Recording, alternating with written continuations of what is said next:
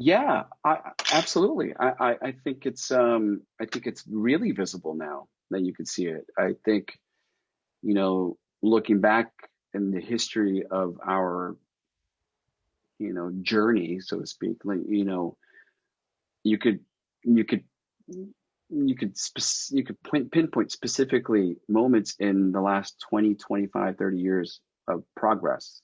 And in the beginning, it's very incremental. You could talk about Joy Luck Club, but then 10 years later, nothing until you see Better Luck Tomorrow.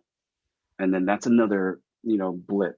And then from there, Justin Lin and the people associated with that started to kind of permeate through the industry. And so now it's this permeation, like, it's this this momentum that we're building towards, Hmm. and you could visually see it now, and you could feel it even in the casting process, where things are more specific. It's not just Asian, it's Southeast Asian, it's Filipino, it's Chinese, it's Vietnamese.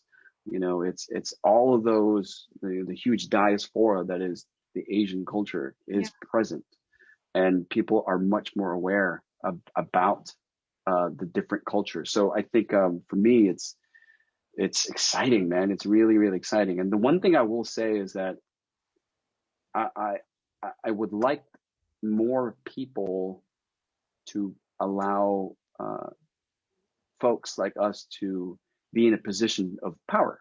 Um, and what I mean by that is, it's one thing to flaunt that your productions are diverse on paper, and it's another to identify the roles of that diversity, Yeah. to see where they lie. So let's say, it's, yes, you're diverse, but your diversity is all the jobs are here, all the PAs are of color, but everybody up here is still, it's still same kind of setup. So Mm.